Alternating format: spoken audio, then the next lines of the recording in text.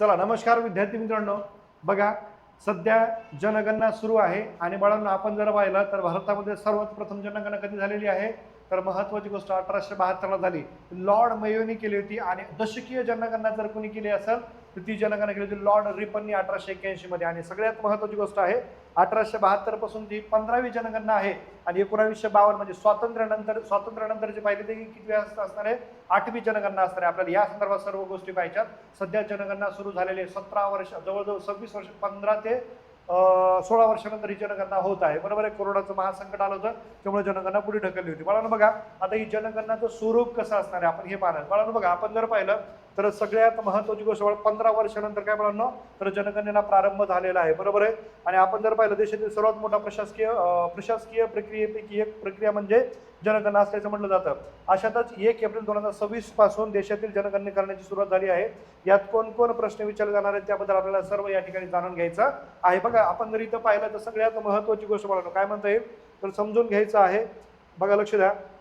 आपण जर पाहिलं तर जनगणनेची माहिती गोळा करण्यासाठी व्यक्तीला बरोबर आहे एक नंबर दिला जाणार आहे. त्याच्यानंतर देशातील एकूण 30 लाखापेक्षा अधिक एम्युनिटीज पर्यवेक्षक म्हणजे जर त्या ठिकाणी कर्मचारी नेमले जाणार आहे. त्याच्यानंतर जर पाहिलं तर सगळ्यात महत्त्वाची गोष्ट काय म्हणता येईल बघा तर गृह खात्याच्या अधिपत्याखाली भारताचे महारजिस्टर आणि जनगणनेच्या करण्याची प्रक्रिया राबवली जाणार आहे. म्हणजे सगळं गृह विभागाच्या अंडरमध्ये सगळ्या गोष्टी होणार आहेत. त्याच्यानंतर भारतामध्ये साधारणपणे दर 10 वर्षानंतर अशी जनगणना होते.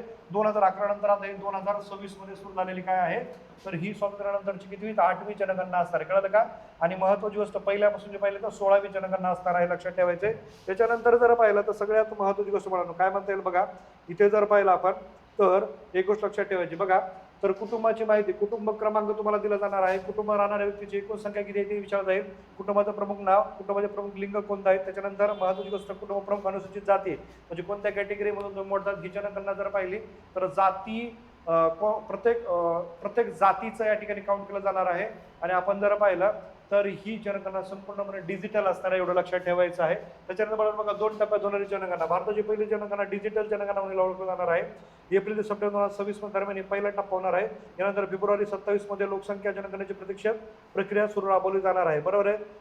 ज्या भागामध्ये या काळात बर्फ असतो तिथे बाळांनो ही प्रक्रिया 2026 मध्येच होणार आहे. म्हणजे जर आपण पाहिलं तर फेब्रुवारी जानेवारीमध्ये काय असं बाळांनो बर्फवृष्टी हिमवृष्टी होते. बरोबर आहे. जसं आपण पाहिलं सिक्कीम, जम्मू काश्मीर असेल, उत्तराखंड असेल, हिमाचल प्रदेश असेल, या राज्यामध्ये जनगणना जर पाहिली तर ही आता होणार आहे. त्याच्यानंतरची जी आहे ते भारतामध्ये होणार आहे. ओके. नंतर जर पाहिलं बघा तर पहिल्या टप्प्यात घरगुती गृहनिर्माण माहिती गोळा केली जाणार आहे. 1 एप्रिल पासून नागरिकांना स्वयं नोंदणी सुविधा उपलब्ध होईल. ओके. तर 16 एप्रिल पासून अधिकृत घराघरामध्ये जाऊन माहिती संकलित केली जाणार आहे. बरोबर आहे. घरची स्थिती, पाणी, वीज, स्वच्छता आणि मालमत्ता याची माहिती यामध्ये आपल्याला घेतली जाणार आहे, लक्षात ठेवायचं आहे. ओके. आता बघा, जनगणनेमध्ये 33 प्रश्न विचारले जातील. कोणते? इमारत क्रमांक, जनगणना, घर क्रमांक, घराची फरशी कोणत्या मुख्य साहित्याशी बनवलेली आहे, घराच्या भिंतीसाठी कोणते मुख्य साहित्य वापरलेलं आहे. वा वा, म्हणजे हे विचार शिकलेले किती हे जाऊ चुलीत पण हे प्रश्न तुम्हाला विचारले जाणार आहेत. ओके. त्याच्यानंतर मला बघा मूलभूत सुविधा काय तर पिण्याच्या पाण्याचे मुख्य स्रोत कोणते येतं, पिण्याच्या पाण्याची उपलब्धता काय आहे, प्रकाशाचा मुख्य स्रोत काय आहे, वीज किंवा इतर काय असेल, शौचालयाची उपलब्ध आहे का, शौचालय प्रकार कोणता आहे, सांडपाण्याचा निचरा होण्याची व्यवस्था आहे का, आंघोळीच्या सुविधा उपलब्ध करून देण्यात आल्या का, स्वयंपाक आणि LPG PNG कनेक्शन आहेत का, हे तुम्हाला विचारलं जाईल. त्याच्यानंतर स्वयंपाकासाठी वापरले जाणारे मुख्य इंधन कोणते आहे, मग चूल आहे, गॅस आहे का, गावरे आहेत का, कनिष्ठ सूर्यावर ते याच्यावर स्वयंपाक करतो, हे सगळं विचारलं जाणार आहे. ओके, लक्षात ठेवायचं आहे. नंतर मालमत्ता स्वयंप्रेरित म्हणजे तुमच्याकडे बाळांनो काय काय आहे मालमत्ता त्याचा आपला सारा कार्यक्रम हे लावणार आहे, एवढं लक्षात ठेवायचं आहे. बरोबर आहे. अशा प्रकारे जनगणना असणार आहे, लक्षात ठेवायचं आहे. जसं जसं अपडेट आहे तसं मी तुम्हाला या ठिकाणी कळवणार आहे. चालेल. जय हिंद.